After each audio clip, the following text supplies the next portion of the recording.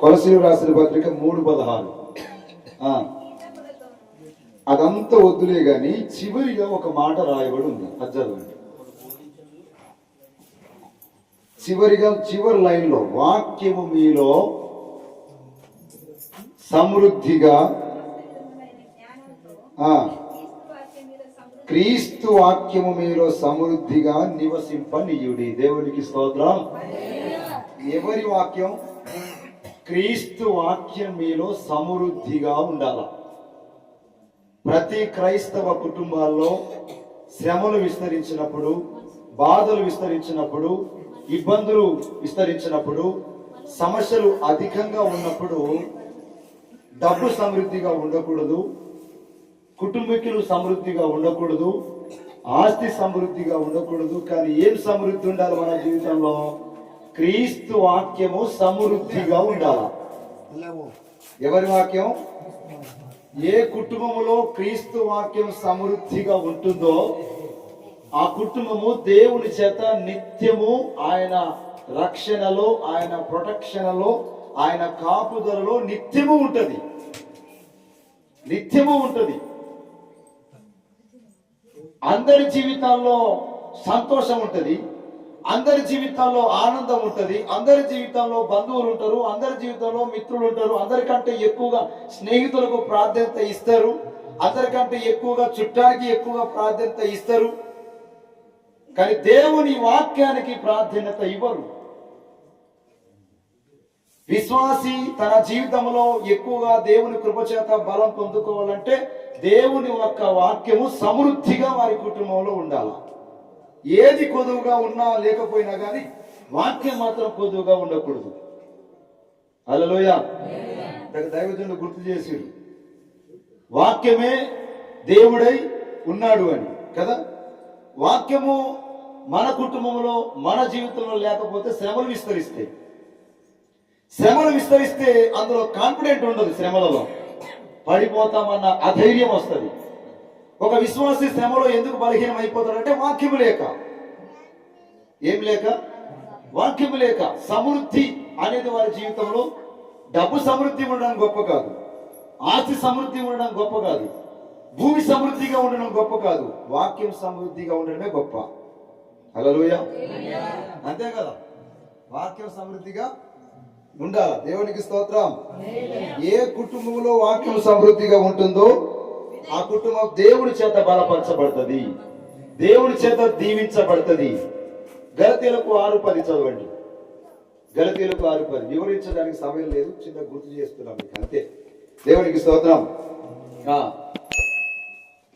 గలతీయులకు 6:10 కాబట్టి మనకు సహాయము దొరికిన కొలది, సమయము దొరికిన కొలది అందరి ఎడలను విశేషముగా విశ్వాస గృహమునకు చేరిన వారి ఎడలను మేలు చేయుదము. దేవునికి స్తోత్రం. మనము విశ్వాస గృహాలుగా మారాలి. అర్థమైంది కదా. మొదటిది ఏం చెప్పండి? వాక్యము సమృద్ధిగా మీలో ఉండాలా. 2 విశ్వాస గృహముగా మారాలా.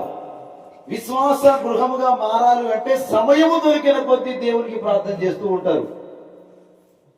మనకు సమయం దొరికితే ఏడ ముచ్చట చేయాలా, ఎవరితో మాట్లాడాలా, ఏం చేయాలన్నది ఆ మనిషి ఆలోచిస్తాడు. కానీ సమయం దొరికినప్పుడు దేవునికి ప్రార్థన చేస్తాడా? చెయ్యడు.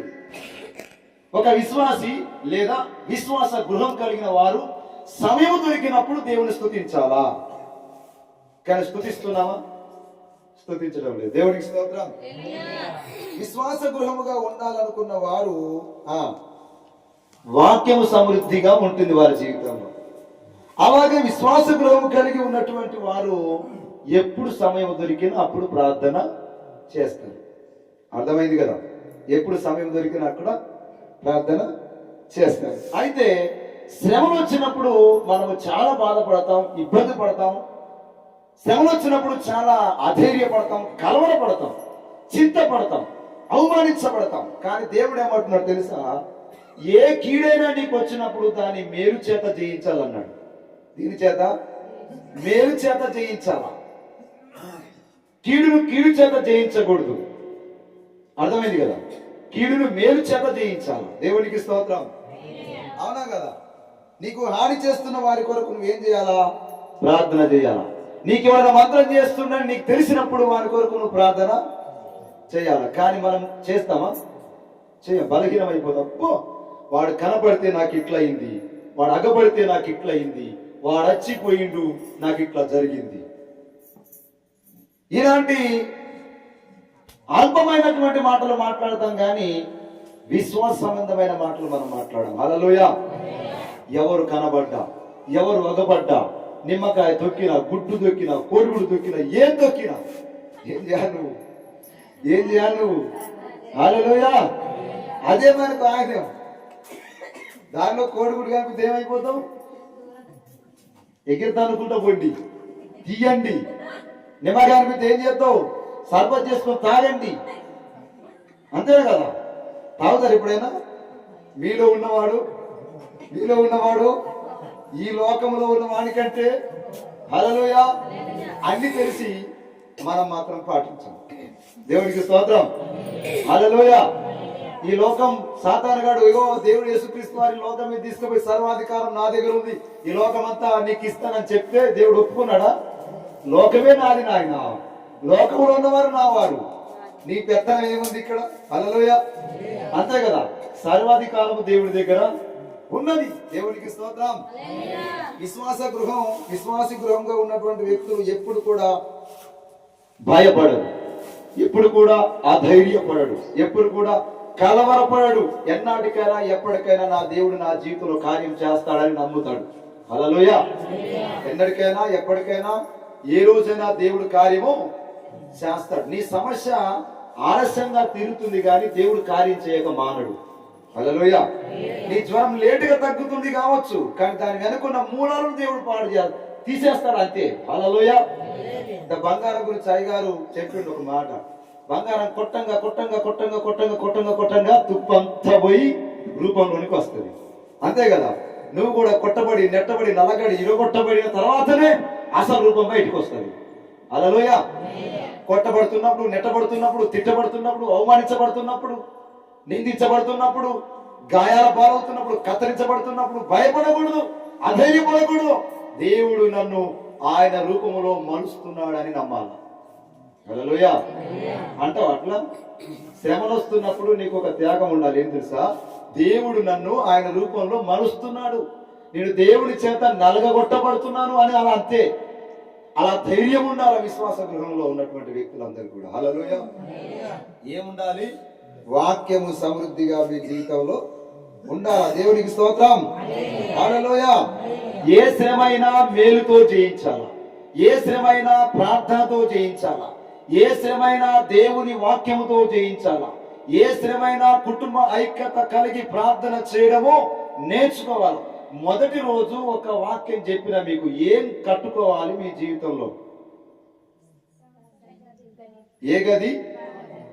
ప్రార్థన గది కట్టుకోమని చెప్పాను కదా. కట్టుకుంటున్నారా? ఎంతమంది కట్టుకున్నారు ప్రార్థన గది? ఎవ్వరికి లేవు కదా. వంట రూమ్ సపరేట్ చేస్తాం, అవునా కదా? బెడ్రూమ్ సపరేట్ చేస్తాం. మరి ప్రార్థన రూమ్ ఎందుకు సపరేట్ చేయం? దేవునికి స్తోత్రం. ఇట్లాంటి గట్లాంటి ఒకడు ఇల్లే లేదా ఇక ప్రార్థన. కొన్ని ఎక్కడొక్కడ వంటానో కదా, ఎక్కడొక్కడ నివాసం చేస్తానో కదా, ఎక్కడొక్కడైతే వండుకొని తింటానో కదా, చెట్టు కిందనే ప్రార్థన రూమ్ కట్టుకోగత్తి. హల్లెలూయా. రహస్యమందు చేస్తున్న ప్రార్థన నీ తండ్రికి వినబడుతుంది. దేవునికి స్తోత్రం.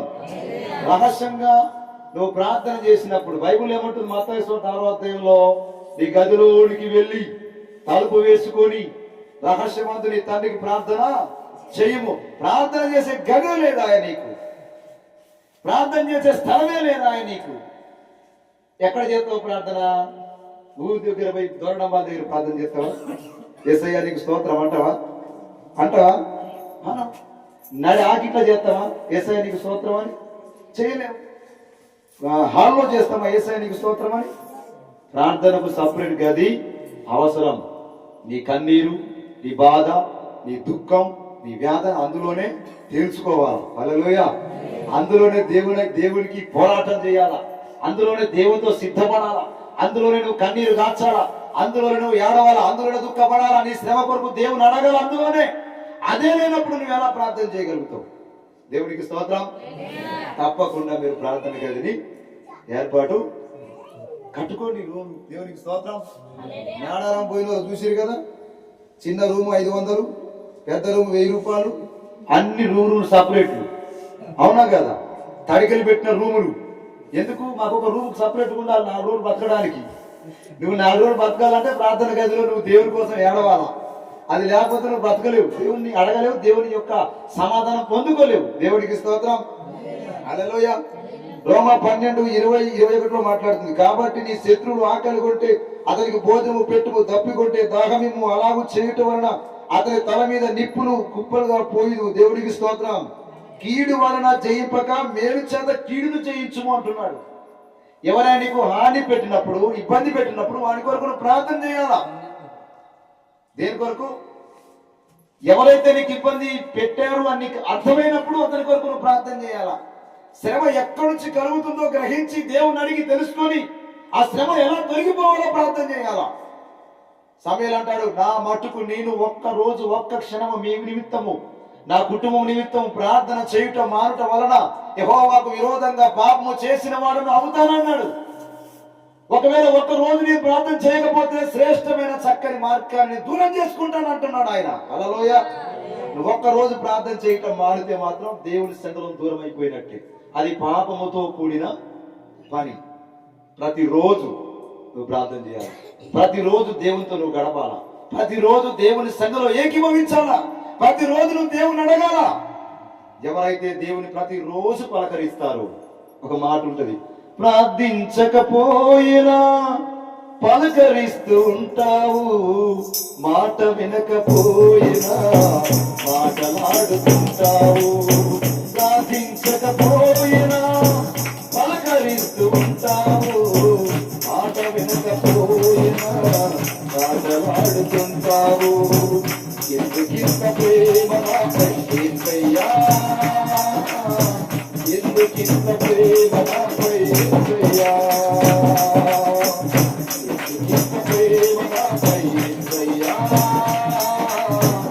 ఎందుకింత ప్రేమ నాపై యేసయ్యా. ఏలునమో ఈ బంధమో యేసయ్యా, కానలేను నీ ప్రేమలో.